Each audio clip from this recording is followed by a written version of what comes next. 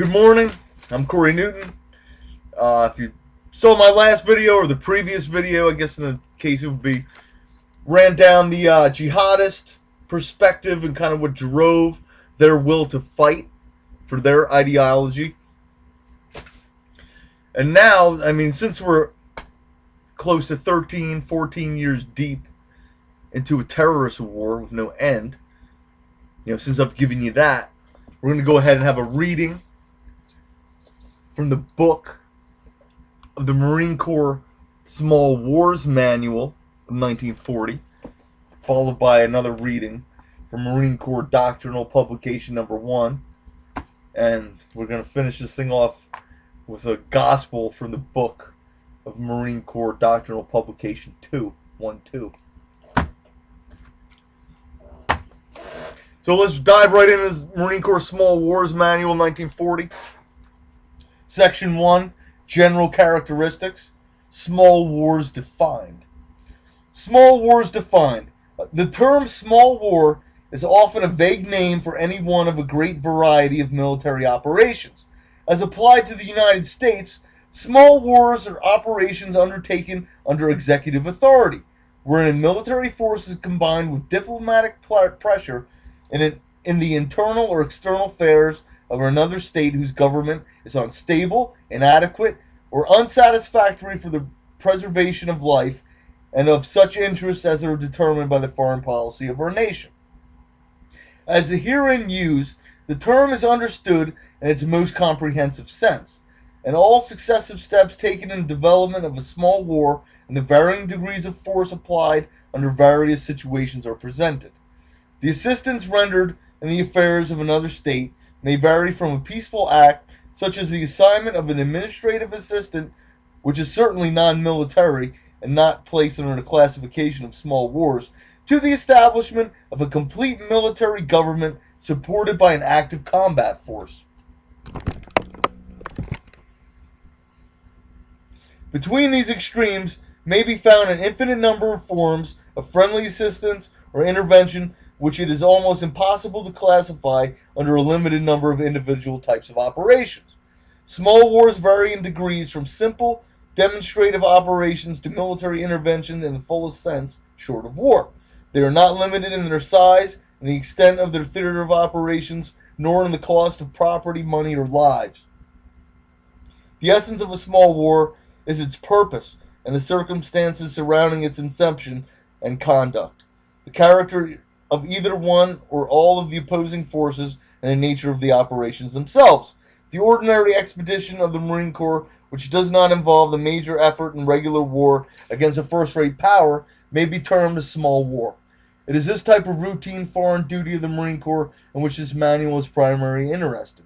Small wars represent the normal and frequent operations of the Marine Corps. This is 1940. During about 85 of the last 100 years, Marine Corps has engaged in small wars in different parts of the world. Marine Corps has landed 180 times in 37 countries from 1800 to 1934. Every year of the past 36 years since the Spanish-American War, Marine Corps has engaged in active operations in the field. In 1929, the Marine Corps had two-thirds of its personnel employed on expeditionary or other foreign or sea duty outside the continental limits of the United States. Classes of small wars. Most of the small wars of the United States have resulted from obligation of the government under the spirit of the Monroe Doctrine and have been undertaken to suppress lawlessness and insurrection. Punitive expeditions may be resorted to in some instances, but campaigns of conquest are contrary to the policy of the government of the United States. It is the duty of our statesmen to define a policy relative to international relationships and provide the military and naval establishments with the means to carry it into execution.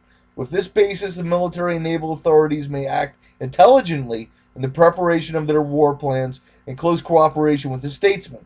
There is mutual dependence and responsibility, which calls for the highest qualities of statesmanship and military leadership. The initiative devolves upon the statesman. The legal and military features of each small war present distinctive characteristics which make the segregation of all of them into fixed classifications an extremely difficult problem.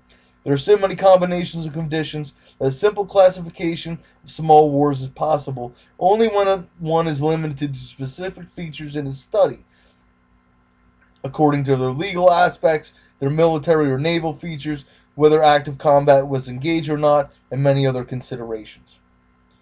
Some legal aspects of small wars. According to international law as recognized by the leading nations of the world, a nation may protect or demand protection for its citizens and their property wherever situated. The President of the United States, as chief executive, is under the Constitution primarily charged with the conduct of foreign relations, including the protection of the lives or property of the United States, citizens abroad, save insofar as the Constitution expressly vests a part of these functions in some other branch of government. It has been an unbroken policy of the President of the United States so to interpret their powers, beginning with the time of President Jefferson down to the present, with the exception of President Buchanan. The use of the force of the United States in foreign countries to protect the lives and property of American citizens resident in those countries does not necessarily constitute an act of war and is therefore not equivalent to a declaration of war. The President, as chief executive of the nation charged with the responsibility of lives and property of United States citizens abroad, has the authority to use the forces of the United States to secure such protections in countries. So that gives you an outline how serious they were. That's how serious they were in 1940. This is a touch briefly on Section 2, strategy, a term that's misused. The basis of the strategy. The military strategy of a small war is more directly associated with the political strategy of the campaign than is the case of major operations. In the latter case, war is undertaken only as a last resort, after all diplomatic means of adjusting differences have failed, and the military commander's objective ordinarily becomes the enemy's armed forces. Diplomatic agencies usually conduct negotiations with a view to arriving at a peaceful solution of the problem on the basis of compatible both with national honor and treaty stipulations. Although the outcome of such negotiations often results in a friendly settlement, the military forces should be prepared for the possibility of an unfavorable termination in the proceedings. Mobilization of armed forces constitutes a highly effective weapon for forcing the opponent to accede to national demands without resort to war. When a time limit for peaceful settlement is prescribed by an ultimatum, the military and naval forces must be prepared to initiate operations upon expiration of the time limit. In small wars, either diplomacy has not been exhausted, or the party that opposes a settlement of political question cannot be reached diplomatically. Small war situations are usually a phase of, or an operation taking place concurrently with, diplomatic effort. Political authorities do not relinquish active participation in negotiations, and they ordinarily continue to exert considerable influence on military campaign. Military leader in such operations thus finds himself limited to certain types of action as to the strategy and even as to the tactics of the campaign. This feature has also been so marked in past operations that Marines have been referred to as State Department troops in small wars. In certain cases of this kind, the State Department has even dictated the size of the force to be sent to the theater of operations. State Department materially influences the strategy and tactics by orders and instructions which are promulgated through Navy Department or through diplomatic initiative. So that should give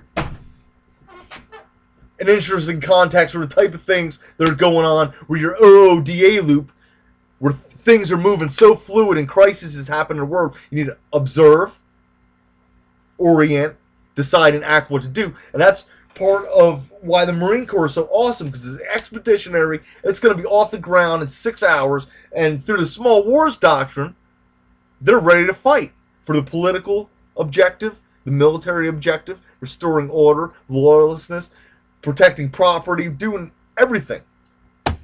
So let's bounce to war fighting quickly. Talk about decision making in the process of war fighting, which is important for your Congress and your president and your executive branch. Decision making.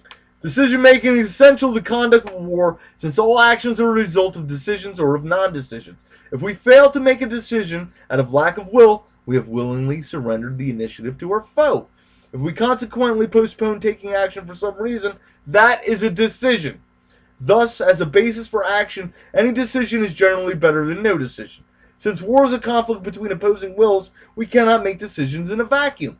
We must make our decisions in the light of the enemy's anticipated reactions and counteractions, recognizing that while we are trying to impose our will on the enemy, he is trying to do the same on us.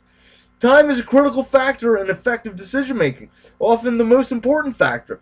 A key part of effective decision making is realizing how much decision time is available and making the most of that time. In general, whoever can make and implement decisions consistently faster gains a tremendous, often decisive advantage. Decision making and execution thus becomes a time competitive process, and timeliness of decisions becomes essential to generating tempo. Timely decisions demand rapid thinking and with consideration limited to essential factors. In such situations, we should spare no effort to accelerate our decision-making ability. That said, we should also recognize that those situations in which time is not a limiting factor, such as deliberative planning situations, and should not rush our decisions unnecessarily. A military decision is not merely a mathematical computation. Decision-making requires both situational awareness to recognize the essence of a given problem and the creative ability to devise a practical solution. These abilities are the products of experience, education, and intelligence. Decision-making will be an intuitive process based on experience. This will likely be the case at lower levels and in fluid, uncertain situations. Alternatively, decision-making may be a more analytical process based on comparing several options. This will more likely be the case at higher levels or in deliberate planning situations. So we'll put that down. We'll get to the gospel campaigning quickly before I run out of time. Supporting the military strategic aim. There are only two ways to use military force to impose our political will on an enemy. The first approach is to make the enemy helpless to resist the imposition of our will through the destruction of his military capabilities. Our aim is the elimination, permanent or temporary, of the enemy's military capacity, which does not necessarily mean the physical destruction of all his forces. We call this military strategy a strategy of annihilation. We use this force in a way when we seek an unlimited political objective, that is, when we seek an overthrow of the enemy leadership or forces unconditional surrender. We may also use it in pursuit of a more limited political objective if we believe that the enemy will continue to resist our demands as long as he has the means to do so. The second approach is to convince the enemy that making peace on our terms will be less painful than continuing to fight. We call this a strategy of erosion. The use of our military means with the aim of wearing down the enemy leadership's will to continue the struggle. In such a strategy, we use our military forces to raise the enemy's costs higher than he's willing to pay. We use this force in a manner in pursuit of limited political goals that we believe the enemy leadership will ultimately be willing to accept. All military strategies fall into one of these fundamental categories. Campaign planners must understand the chosen strategy and its implications at the operational level.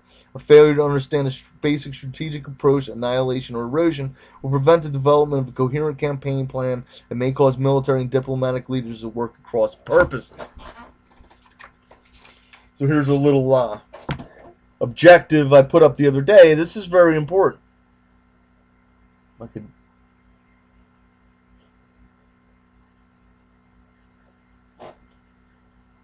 Political objective limited.